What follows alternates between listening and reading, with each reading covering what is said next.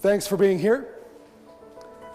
To provide a little bit of context, I'm taking a shockingly narrow focus given the scope of the endeavor of these conferences and talks. The narrow focus concerns that interesting little activity which today we call tabletop role-playing. You may be interested to know that when I began, they called it fantasy wargaming. Now, I will be focusing on a rather obscure little thing, I'll tell you the history in a moment, that does not exist in a vast commercial context.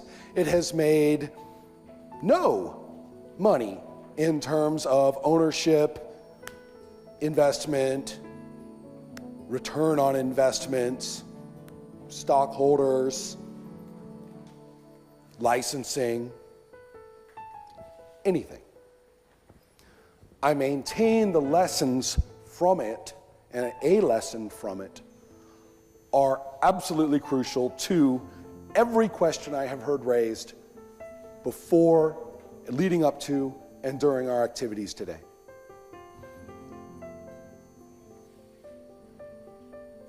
I'll begin with the concept that tabletop role-playing is currently in the same intellectual status as comics were about 30 years ago, when the precise format of the comic book, a stapled pamphlet with 22 pages of story and a certain amount of pages of advertisement, plus a particularly narrow scope of content, such that if it were not about people in costumes hitting one another, most people would say that's not a comic.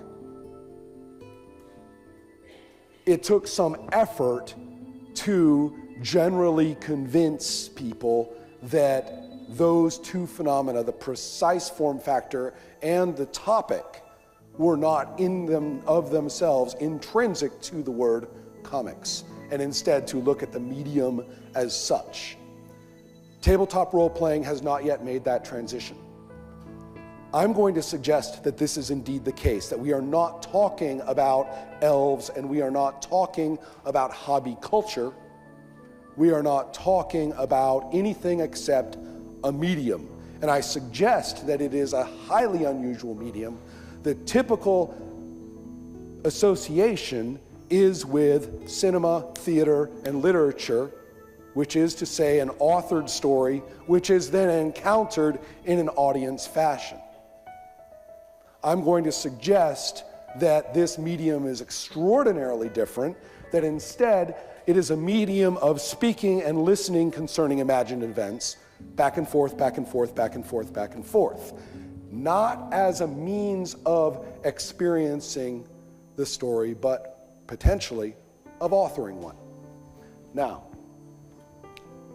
therefore, for the first time, I'm going to formally separate the concept of fiction, which is generated through this activity, from story as a phenomenon. Typically, we encounter fiction in the form of stories.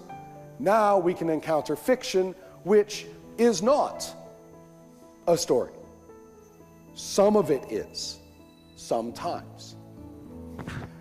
I suggest that a good name for the medium itself is shared imagined space, which is composed, again, strictly of speaking and listening,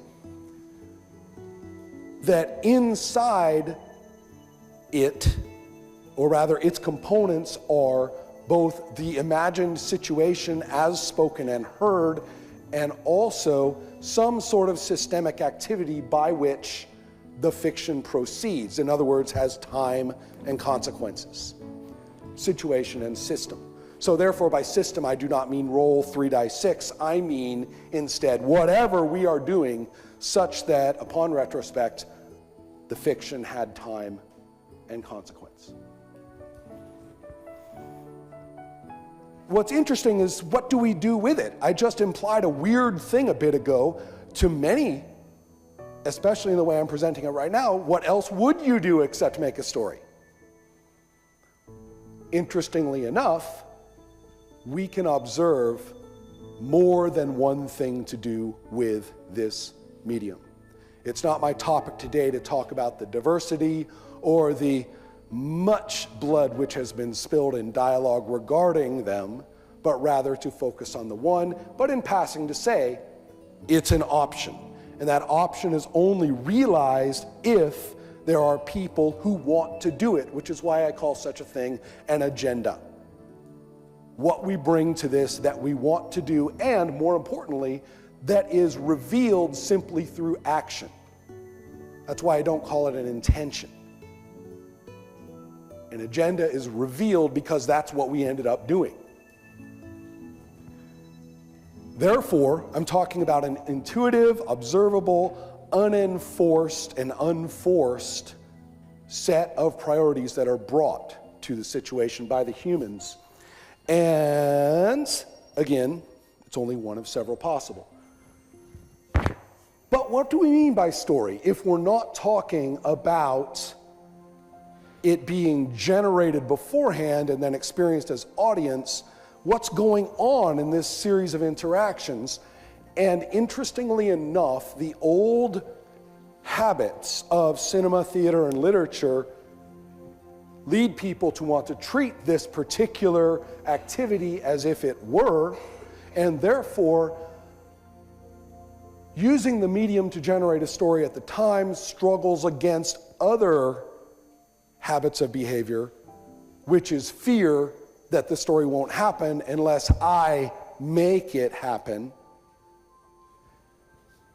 So we end up with story before, in which somebody has a pretty good idea that 2/3 of the way through this session, they got to start getting ready to meet the bad guy in the castle because that's where the showdown is. Or, even more, this is where you want this character to fall in love with that character, and even though other people are nominally in charge of those characters, too bad, we need a story here. These are story before. The story is conceived and indeed authored to a great extent by somebody, and they are going to impose it upon the behavior of the others who have the privilege of being thespians. So effectively it is small group theater. One can do this in a somewhat more improvisational way, but still where one person is sort of dancing and repositioning such that the raw material being provided gets shaped into a story under their authoritative hand, in which case it is still, in fact, small group theater.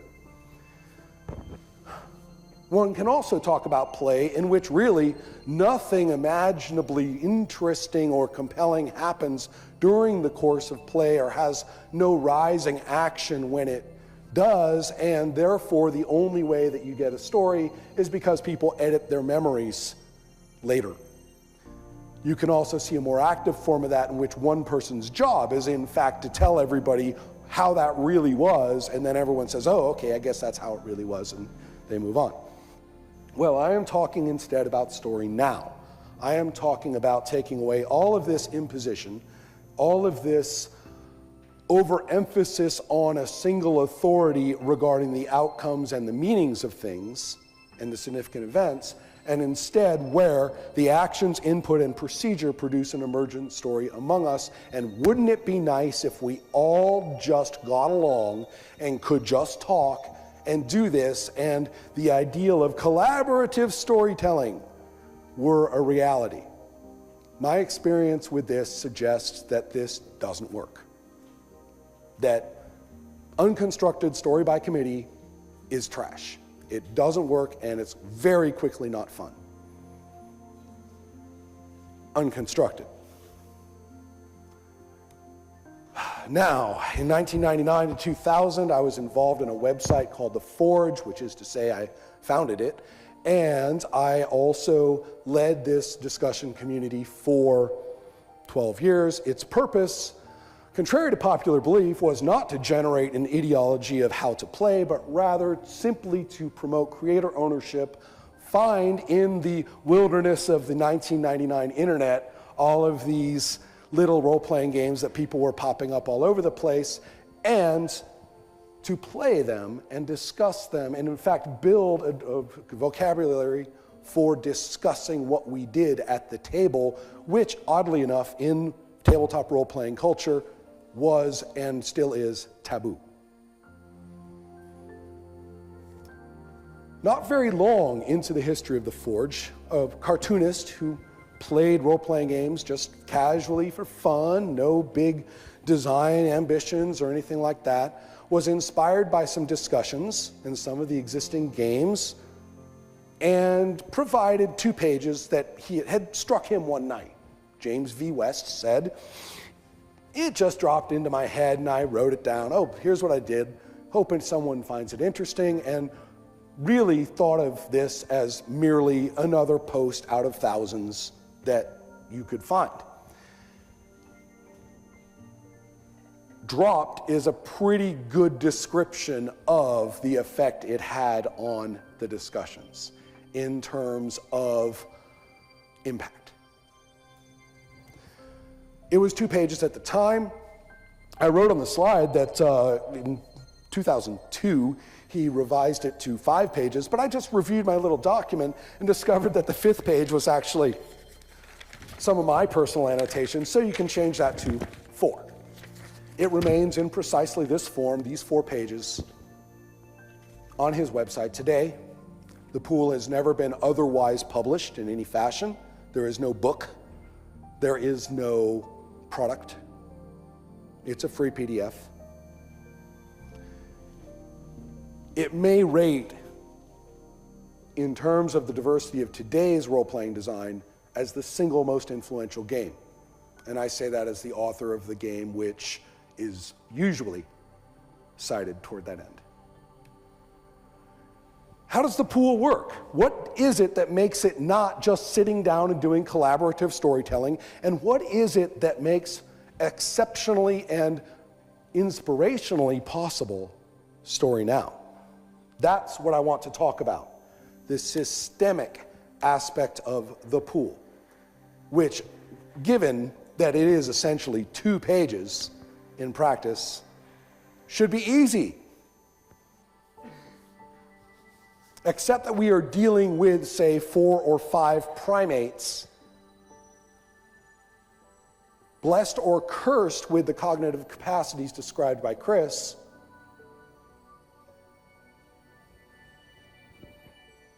and let's see what they do. Well, it begins with a phrase or a word that seems very handy, the character story. In its current form at the opening of play, it's actually a misnomer because it's not a story at all. It is the components that may or may not factor deeply into an upcoming emergent story. And you have written 50 words. They may be descriptions, they may talk about other characters besides this one. It's a little unconstructed. One person could focus on psychology, another one could focus on possessions, what have you.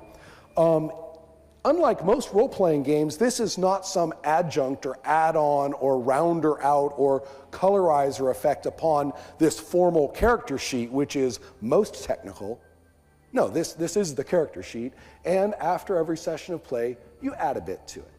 So really, play is about how one character sheet continues to be elaborated into more character sheet, which is actually the case for nearly all role-playing games. It's just in the case of the case of the pool, it's kind of nice that it's all verbal, so that sort of clicks with us a little bit regarding this story stuff. Anyway, to diagram it then, it seems like a very basic thing. You have a character story. I should point out there are underlined words in it you've chosen to underline, and we'll call those traits. And you can just add words and continue it any way you see fit as you go. Notice you don't need to play to do this. You could start doing this tonight and do this for 15 minutes every night for the rest of your life, and there you go. So this is not playing the pool, but this is the structure by which playing the pool turns those additions and changes into something, possibly, if you want to, quite powerful. So what is that? Oh, I forgot. Before we talk about moving on, the group should start with some unifying image. I happened to choose one of James's own little cartoons.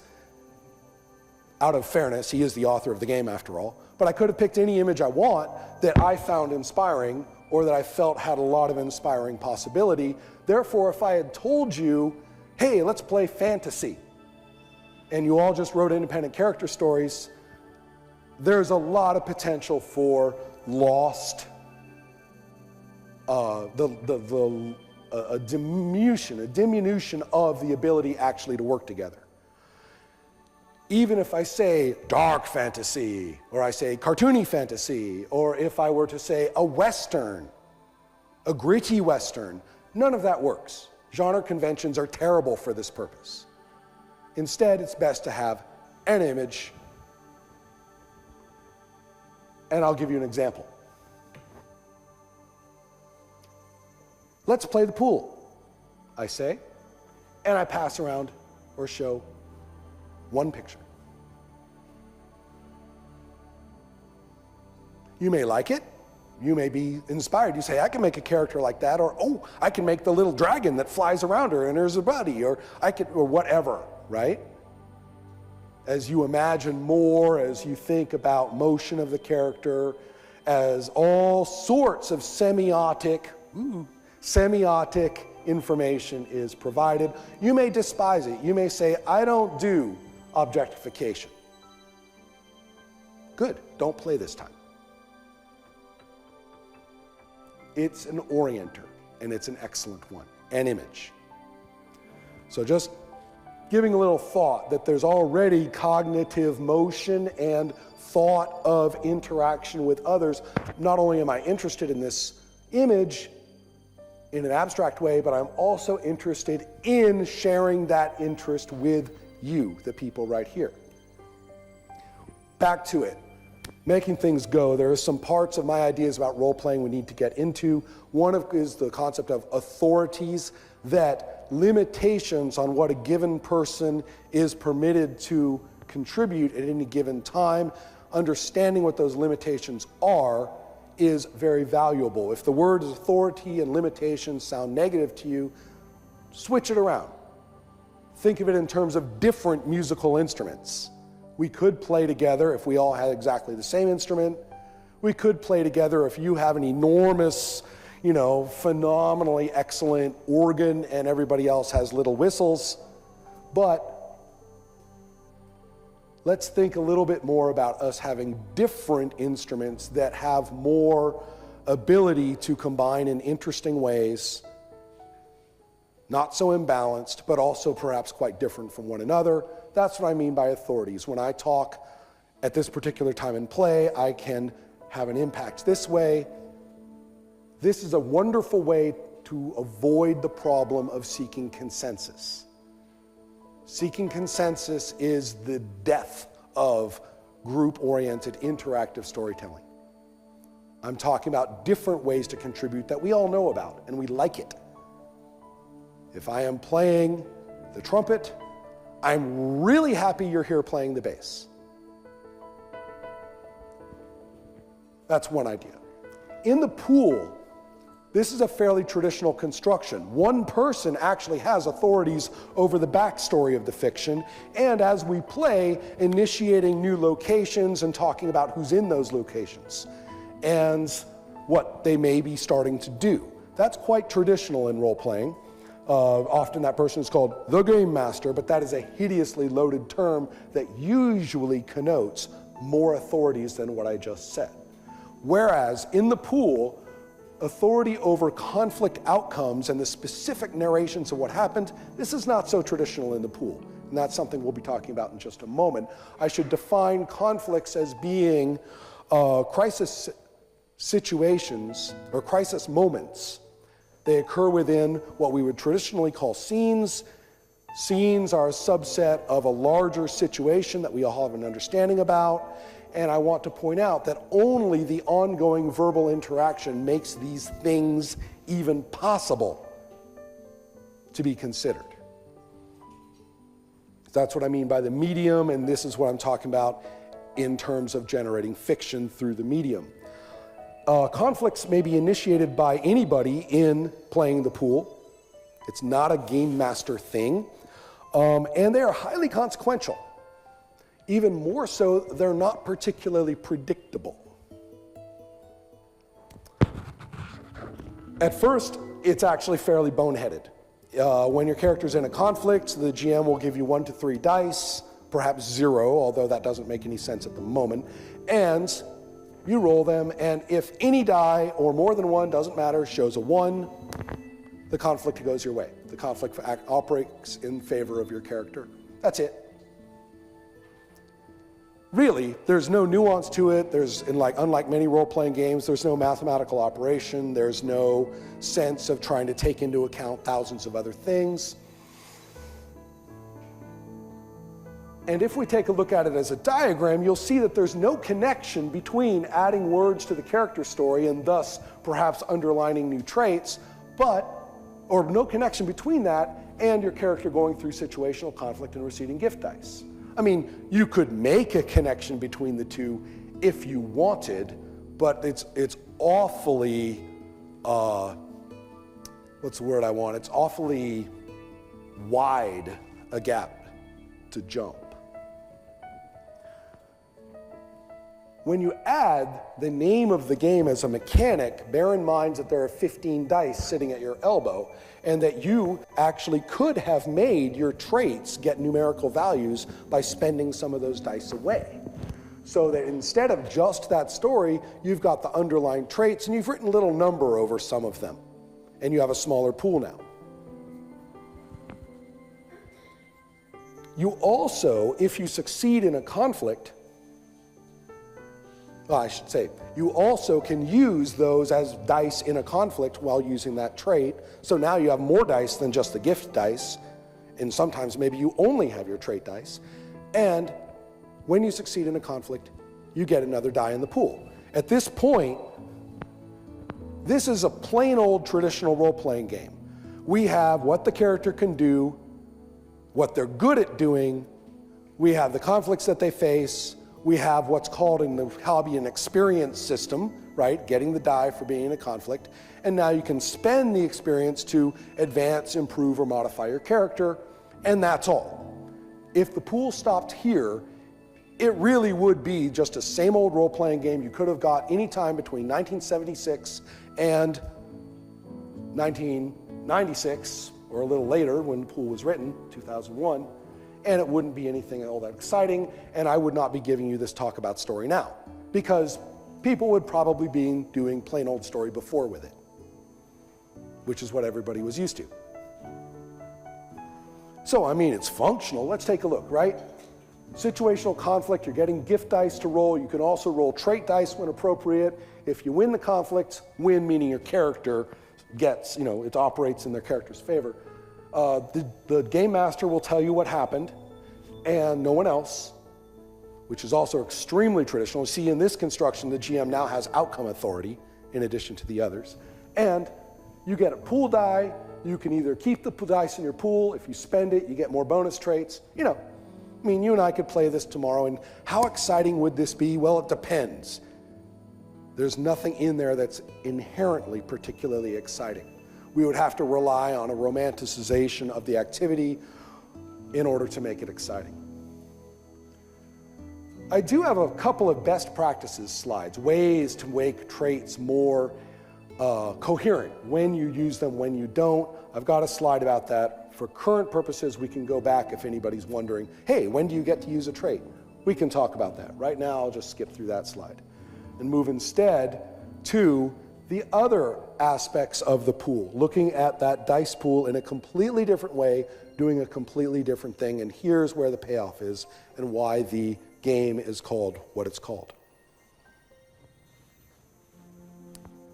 Verbally, upon resolving a conflict, you can add yet more dice from your pool into those to roll. You understand, more dice means more chance of a 1, that's all there is to it. Follows a nice steep sinusoidal curve. So usually adding even one more die really matters.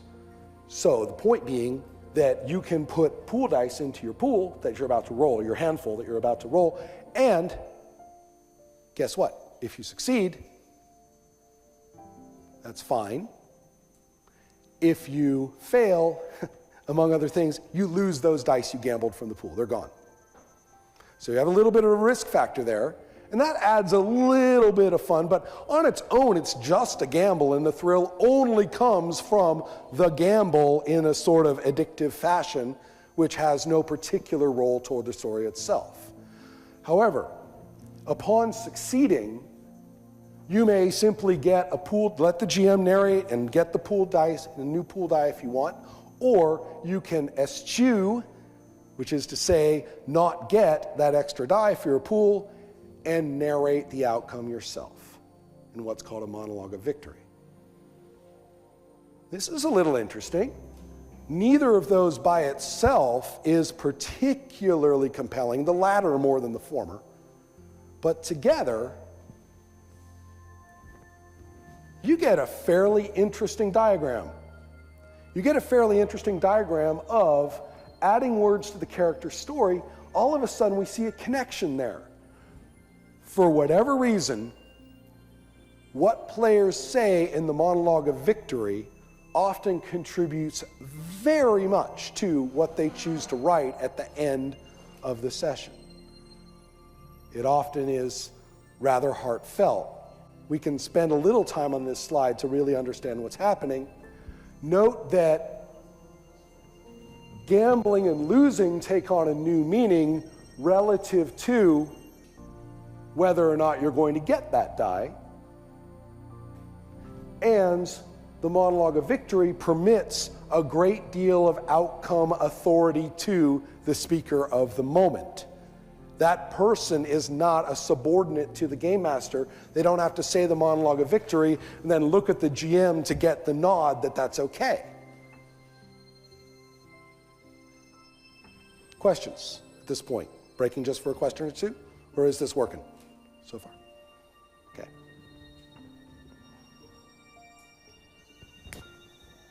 There's a lot of dynamism here. Note the collaboration that occurs in practice without any need at all to have a tedious little what if, but kind of story negotiation session. Instead, you get collaboration of who proposes, which is to say, who's calling the conflict about what, which can be anybody and always was. Now, that freedom in who proposes is now added the freedom, the potential of changing who disposes, which is to say, actually narrates the outcome. Success or failure is fixed. But in role-playing, in this verbal medium, how it's narrated is more than just a stylistic little fillip. It actually contains material which is enormously consequential about what might be happening next. Something that you add as a little detail without thinking about it much, except you liked it, can suddenly blossom into a major feature of the fiction, for example. So notice that now getting into conflicts becomes something that people sitting at the table want to do.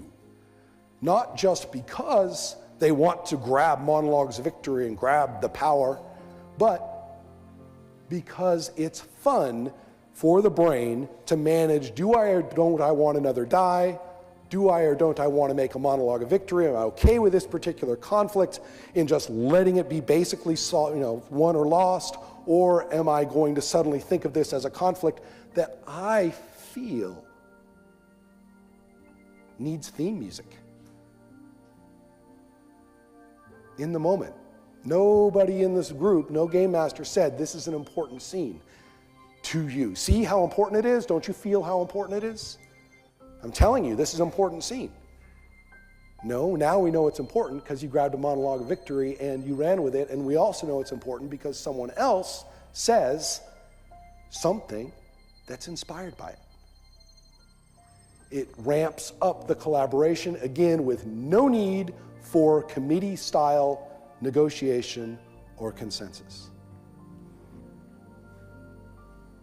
Interactivity, not just social scrum. There's a big difference, I think. Looking at the outcomes. consequences can't be scripted now. Who knows who's going to be entering into what conflict, and who knows the precise ideas that are going to receive more attention and be more exciting upon its resolution. We also have productive constraint. Success or failure is handled by the dice. You may very much want your character to succeed in this, but it's often productive to be struggling with the outcome. It doesn't shut you down if your character fails.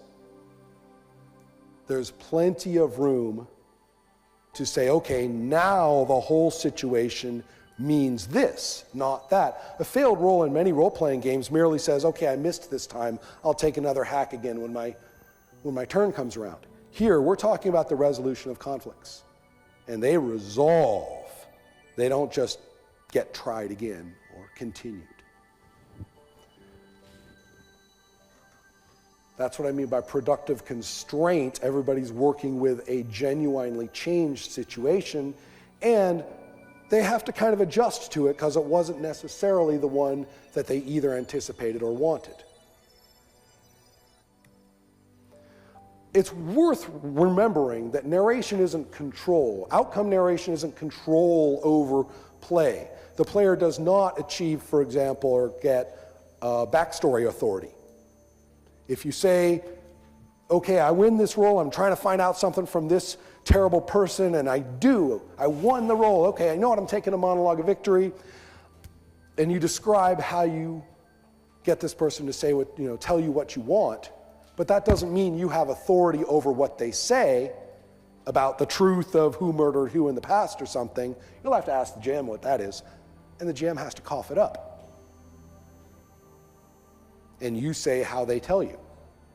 You say how they blubber with guilt or shame, or how they come up swinging, shouting in defiance, shouting the truth in defiance, whatever. Do you see how the game master has to be, shock, a player too? And nothing but a player, not the storyteller. Different instruments, not master and audience. Strategy and drama, as part of this, is a mathematical issue. Oh yes, the GM does well to stay minimal in this case. Whenever they narrate, just be very close to the bone in narrating the outcome. Therefore, the monologues of victory really pop out in contrast. There's some debate over whether the pool is degenerate. In other words, shouldn't you just gamble all your pool dice all the time for the maximum success, and that's all there is to it? Not if you have multiple conflicts in action, therefore choosing which ones you want to deal with and having different priorities about the different available conflicts. That's where the fiction matters here. Of people who don't want to consider those and instead are only considering succeeding on as many rolls as possible, that's a different priority. That's what I mean by an agenda. The agenda here is to have the fiction get us rolling on how we want to play and making the fiction into a story. To do that, providing multiple compelling conflicts or generating or initiating multiple compelling conflicts means you just have to start worrying about when you want that pool to be big and how disastrous it is when you gambled it all and lost for your character, not for you. All of those things mean that the traditional breakdown that if I have to think strategically about dice, I must not care about a story. I must not be interested in making stories. No, here the one serves the other. They just do. They're not incompatible phenomena.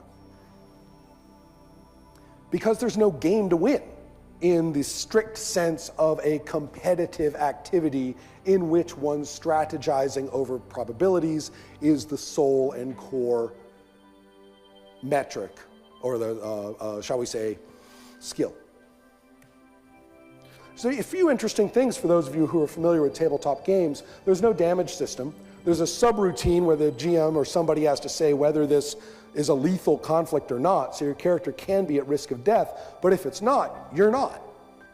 And go ahead, take a, take a spear through the shoulder, After that, you get to grimace a lot, and it's fun to have a wounded shoulder, but it's not as though you're now debilitated. So it doesn't have those. The base level, it seems as though the GM, through the awarding or not of gift dice, is controlling the difficulty of the roll, but the scale of gambling the pool is much higher than just those few dice. So really, the role of the pool is to take over the statistics of play. That the baseline of the gift dice and the traits, which operate on a small scale that's the same, is one thing, but adding the gambling of the pool, or especially when you commit a lot of dice, that becomes a more significant numerical aspect of play, and therefore draws more of the attention and has a higher impact. In this case, you must see, I hope, that character effectiveness in play is not determined by strategic choices in the beginning of character creation, nor is it determined by character debilities as suffered, but rather simply by your choice on when you have gambled and won or lost pool dice. No one else's choice. No one else's imposition upon the effectiveness of your character. What do all these features together do to the developing character story? Number one, obviously, they add to the word count. We knew that already. But what is happening to them? Increased word count isn't a proportional effect. There are interesting words. Think about adding something new preceded by but.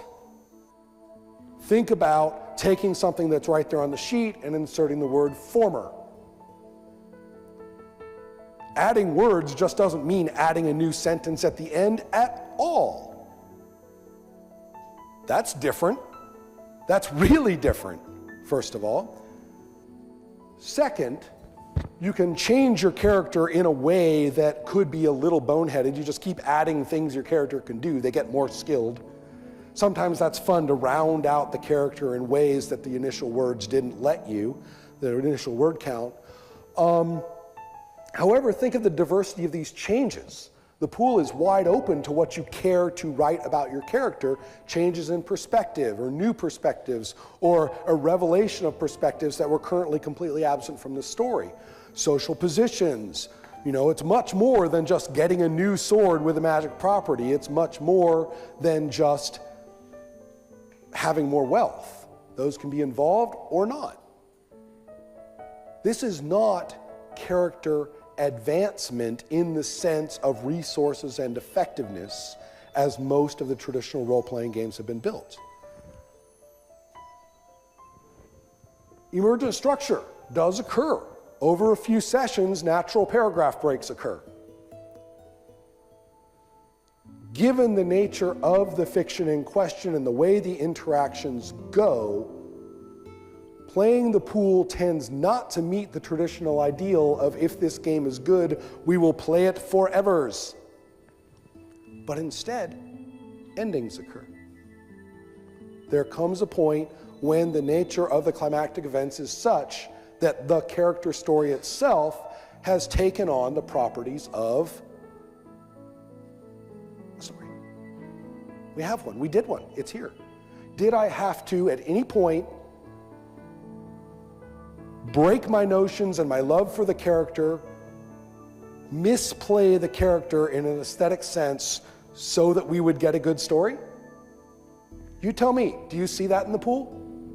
The most common complaint when people talk about story and role-playing, that they were forced to deprotagonize or otherwise misplay their character because it was good for the story for them to do it. Anyone ever hear that? Do you have to do it here? How do you get a story here? Help me out. Play my guy.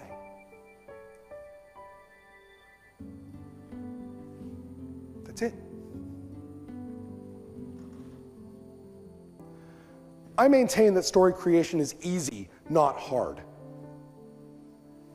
I maintain, however,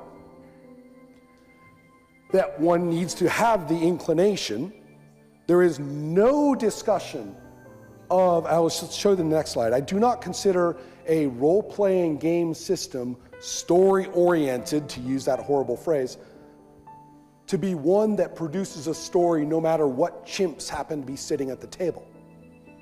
We're not talking about an automat of story creation. We are instead talking about people who find this without suffering, without straining, and probably without reflecting a bit. They're inclined to do this, and they happen to know each other as two, which is pretty ordinary for human social leisure activities, actually. There's a myth in the hobby culture that it's dreadfully difficult to get people with the same priorities at the same table. Dreadfully difficult. It's extraordinarily easy because that's what we do with everything else. Inspiration, which is to say common inspiration, and it doesn't have to be much. I don't know about you, and I certainly acknowledge that the image that James drew is not to everyone's taste. Sword babe with black panties and 80s hair. Or perhaps among you, there are people who said, rad. That rocks. That's hilarious. It's strong. It's funny. It's going to be gory.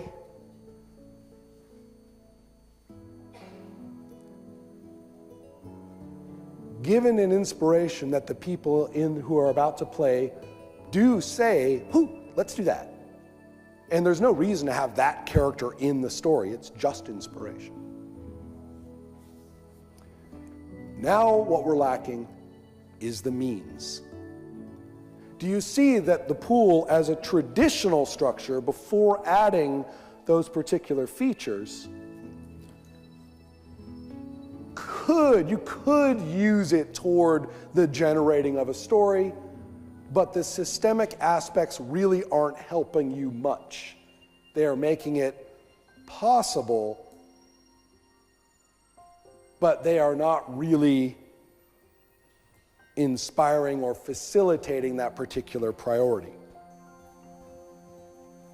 A few other things. I've already alluded to this. Among many people who would like tabletop role-playing games to produce story, the concept of the game master is so toxic to them that they say, let's throw that idea out. Everybody should be equals at the table regarding the authorities at all times, and you end up back with collaborative storytelling, which usually ends with one person becoming a passive-aggressive bully and being the traditional game master anyway.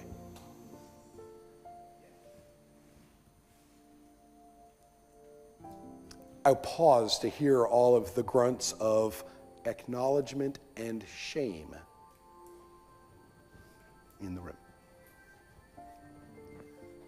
As long as the given authorities, of which there are 4 incidentally, obvious as in this talk so far, backstory, situational, which is to say setting up what is occurring, outcome authorities, often mediated by an unpredictable instrument to some extent, and narration authority, which is not the same as outcome authority. If the authorities are delegated or distributed in a way that's known to all of us, it works. Furthermore, you can also start introducing shifts in them into game design, for which the pool needs to be acknowledged as the pioneer in the entire hobby.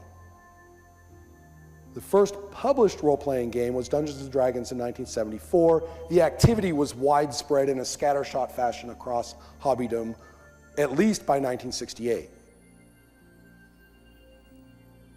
took until 2001 for somebody to say, hey, you know what? It could be part of the rules to just kind of, redistribute the authority in designated fashions. We didn't even have rule names for that stuff. Everybody just knew how you did it. That one way. I am given to understand, and have entered into debates, particularly with our Nordic friends, the idea that The role of dice or any other such instruments in play is some grotesque leftover from the wargaming days and has no place among truly creative people who value human inspiration as such. This is a very deeply felt notion. Whereas my take is that if these mechanics of generating outcomes and perhaps other things, they can be brought into the other authorities as well to add elements of surprise or outcome over which no one at the table has to take responsibility. If you do this in a way such that rising action is facilitated, and you all know what that means, they're great. Do you have to have them? No. Actually, I suggest you do, but structured modes of speaking can themselves play the same role, which means it's the same thing, not a different thing. Genre in and of itself isn't a cage. Because I didn't say dark fantasy and then assume it's a genre and everybody else knows what to do, then I have to spend 82 or 820 pages elaborating upon my dark fantasy that we're all supposed to do now. Instead, we can start with an image, and you know what? Whatever we come up with, call it a genre or in or out of it or a hybrid genre, whatever, just like we do with all the other art forms. You can say, hey, I'd like to play a kind of fantasy-ish thing here, like this. And then what you make of that will have its own properties. So genre is not a cage if outcomes are not predetermined. If outcomes are predetermined, it is a cage. So what is the path to story now? Again, as I mentioned, design is not an automat.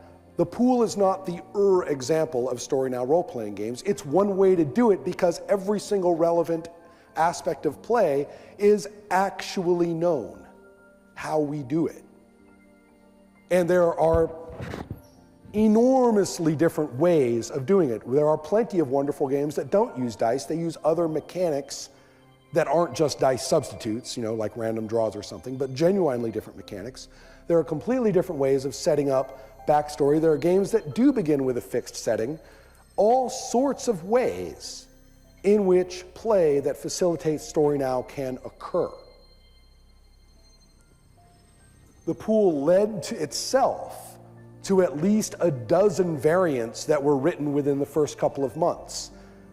Predictably named things like the puddle, snowball, other thing, spinning off of the pool's name, all of which used the dice differently or changed the way that the monologues worked or basically tweaked all of the variables because now all the variables were in front of our eyes. Things that before this had not even had names, not because we all knew about them, but because we didn't know about them. We did them, but we didn't know we did it. That mindfulness toward the priority of play, what I call the creative agenda, is actually a necessary thing. We cannot all just sit down and say, I love role-playing, and we all just do the thing that we claim to do together because we know what it is. It won't work. But it doesn't have to be, how am I going to put it? How do you know a creative agenda is at work? Because you observe the people doing it. Not because they have some tedious discussion beforehand about the whole, the tedious discussion beforehand about, well, now we have to make a story, so we have to remember that, themes concern the human condition, and we have to remember rising action, and everybody's like nodding, and, somebody says something and someone elbows them and says, that's not rising action. We don't have to do that.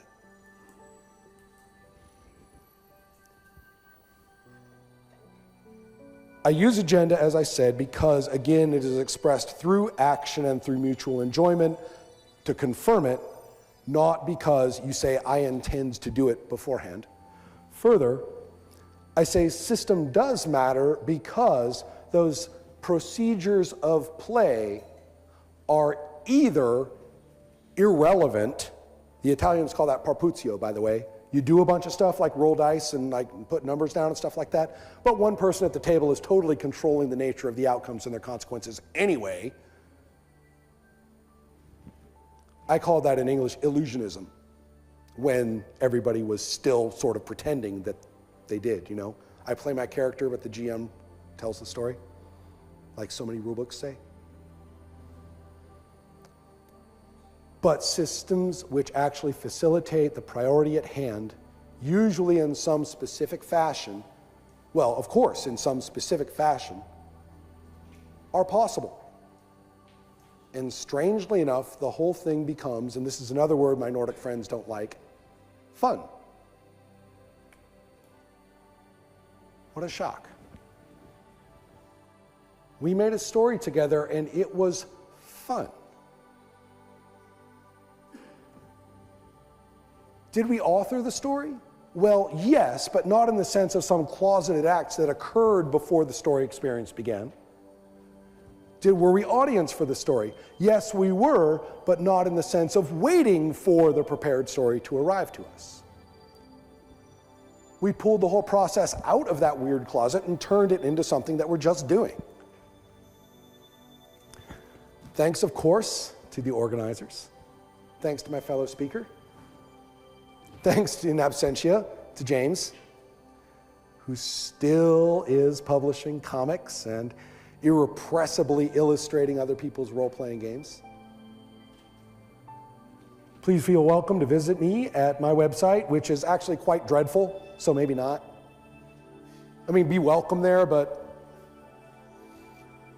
it's kind of like my house, my kids, at my website, or to contact me through email, certainly. And I am very happy to take questions, thoughts, ideas, and criticisms.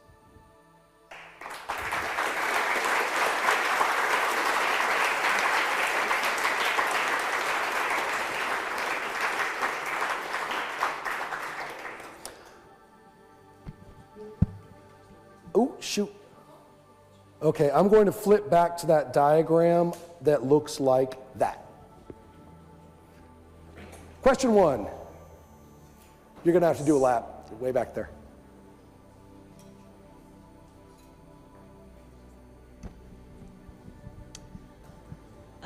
Thank you for the nice speech. Thank you. I just wanted to, I have to admit that I really didn't know the game before.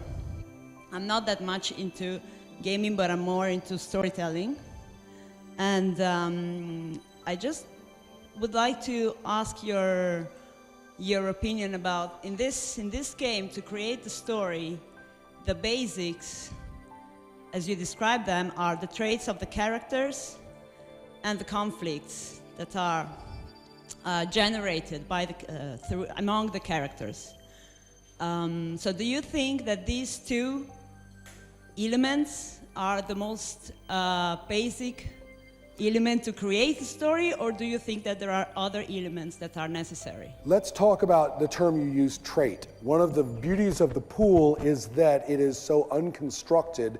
James provides a very nice list of what constitutes a trait, and they are much more than just trait in the somewhat mechanical sense of describing what you see when you look at a character. Positioning relative to other characters and circumstances is involved. Attitudes are involved. Goals are often involved. All of these imply stress and conflict.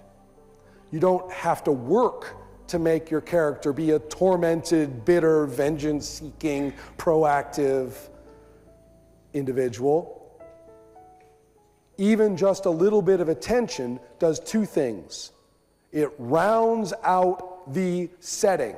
You don't have to have a 500-word description of the setting. You can get a pretty good idea of contributions to the setting from just one character story. If you look across 4 of them, you're amazed at just how much you've got to work with. This is James' example character. I've created my first character for the pool. The setting is a world of darkish magical fantasy. You guys do understand, of course, that the pool is not specified to be that. For purposes of the talk, I just ran with his example. Now his paragraph, which is not that character that I showed. Damart is a sorcerer trained in elemental magic by the secret Lost Land Order. He was expelled from the order after falling in love with a young initiate who died when he tried to teach her a spell she could not control. Now Damart seeks the means to bring her back to life. James focused on backstory. He didn't give Damart this spell, that spell, and the other spell. He did not even tell us whether Damart is tall or short, can fight better than he can do magic better than he can fight, if he has a lisp, or whatever.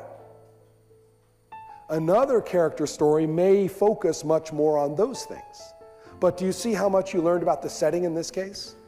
And it's, I didn't have that setting. Say I'm the game master. I didn't have that. I don't have to look across the stories. And I can run with all the implications of that setting notion that I've got all I want.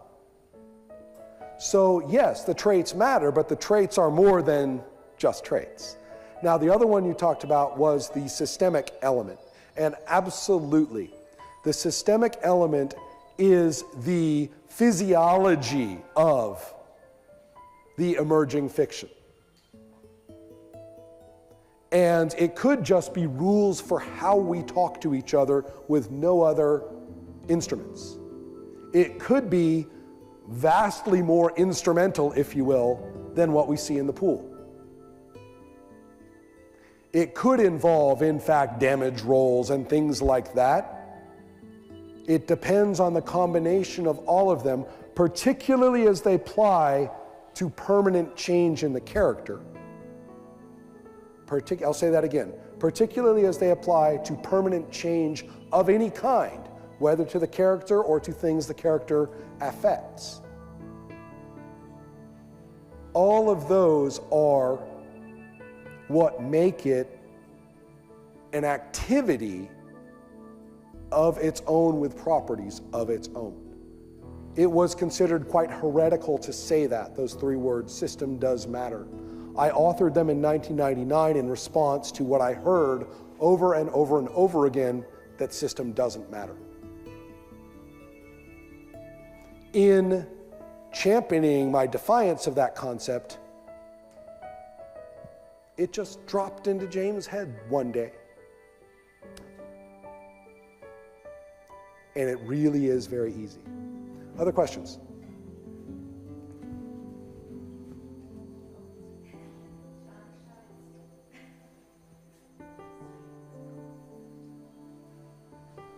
Hi, Ron, and thank you for your interesting speech.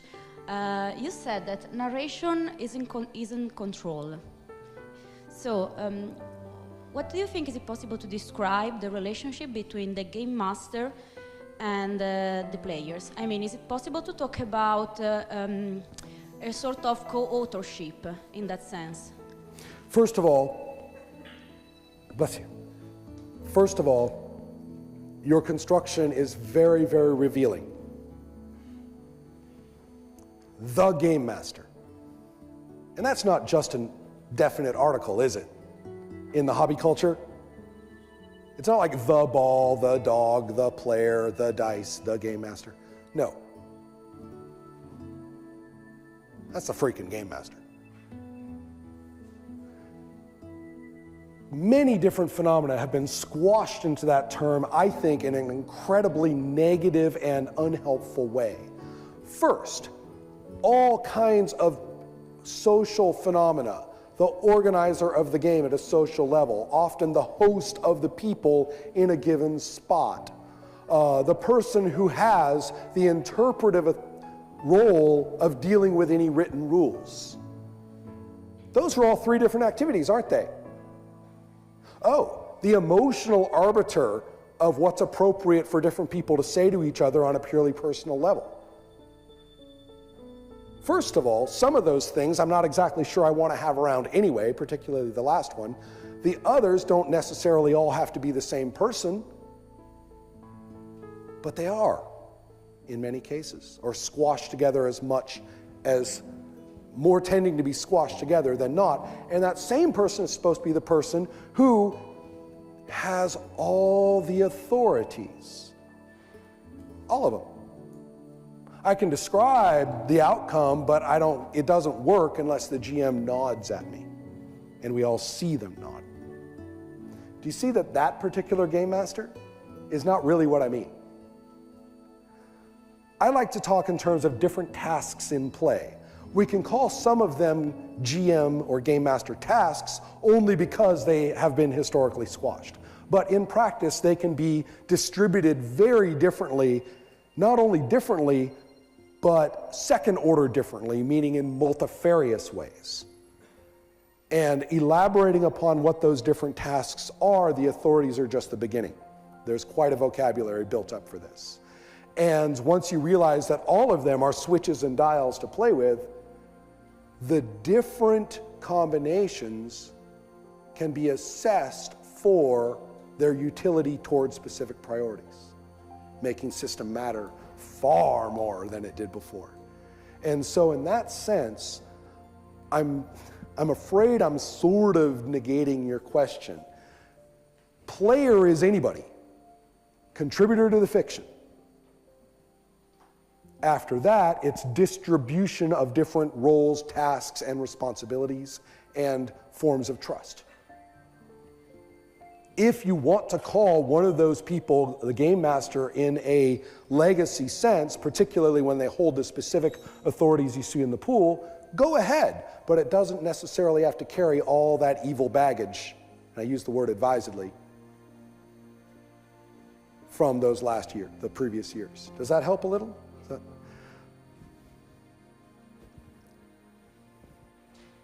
Hi, I'm going to... Is it on? Yeah. I'm going to shift because... Oh, yeah. Thank you for your talk. I'm trying to put this diagram and this game in the context of the previous talk, because you talk a lot about dialogue, language. The game is dialogue. Previously, Chris Crawford described 3 types of thinking, types of language.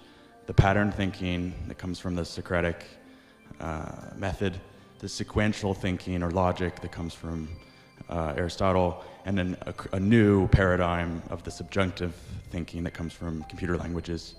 Can you place the pool into one of those categories? And further, if you thought about the pool not as a shared space in a room, but online, how might that language change? It occurred to me, and I thought to myself, that is too cute and too neat. So I'm not going to say it.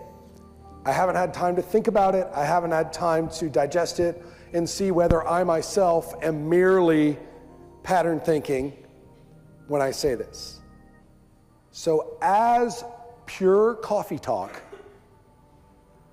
let's consider that the material, the imagined material of play, is processed in a pattern fashion as we are beginning to play. That as we introduce a linear set of procedures, first this and then that and then the other, the net effect on the character stories is one of subjunctivity. Which, the more I think about it, keeps sounding more and more likely. Every 30 seconds, I process that in the last 2 minutes. On the other hand, I may simply be being cute without knowing it and not making sense after all. But at the moment, that does occur to me. Number 2, I want to talk about something besides just interaction face-to-face and interaction online. I want to talk about audience outside the group, which is a slightly different phenomenon. But digital connections certainly make that much more possible, unless you want to think of playing the pool as some sort of, staged activity or something. But I call attention to, when I was playing a phenomenal number of games with a variety of different groups in a good solid 15 to 18 years' time, trying to challenge ourselves more and more and more with neat things that we liked, done in different ways, an odd phenomenon began to occur. people's roommates started sticking around on game night. And people found that they were very interested in what was happening. And we asked him one time, we said, Kevin, what on earth are you doing here? Role-playing is notoriously boring to watch. It's the first thing anyone will tell you. And he said, are you kidding? This is great. I can't wait. I'm showing up. I want to see this. I'm enjoying every minute of it. It was fun to watch it being made. It was fun for Kevin, and it's happened again and again and again in my experience, to watch this being made. Well, we like live music, don't we? And it's for the same reason. We like what's being made in the moment, and we like watching it being made, and the interactions when the drummer pops the rim and one of the other musicians kind of didn't expect it and not, slips them a wink because that was pretty hilarious that he did it right then. Kind of making fun of the way the lead guitarist always jumps straight into the solo, and now I'll get that rim shot in there just right before then, right? It sounds good, we all enjoyed it, but we also appreciate the way that they did it with each other. Therefore, the audience potential of systemically well-designed play. Who would have thought? Who would have thought? That may have, I think, some potential online.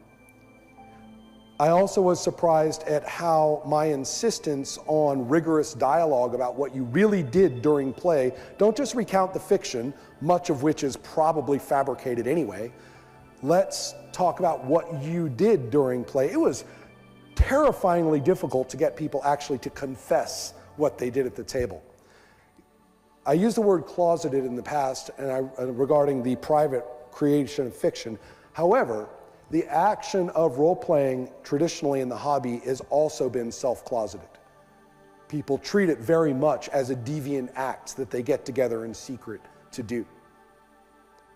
And to recognize that talking about it in enjoyment of it, and then being able to reflect on what you actually did, and whether, shockingly enough, whether it was actually fun, turned out to be pretty powerful. I call that activity actual play, posting online about actual play. That term has now been adopted into the hobby, probably without footnotes, and the idea being that, I'm going to do an actual play post, somebody will write. No dialogue like that occurred whatsoever prior to that point. The hobby was bereft of that dialogue. To some extent, the dialogue about actual play turns into a form of interactivity of its own relative to multiple experiences of play through time. In many ways, you get to interact with people about how you played, and they get to participate to some extent just through personal dialogue, reflection, comparisons. So I think those are how I've observed those phenomena so far. Otherwise, as in terms of multiple people playing the pool online, if the nature of the computer interaction carries enough of the same weight as face-to-face interaction, why not? But that little if, as you know, is a point of some contention. Everyone was all about how Hangouts were going to suddenly level distance and anybody can role play with anybody because we have Hangouts now. Sometimes. We are now at the moment of a round table, and so thank you, Ron, for the inspiring speech.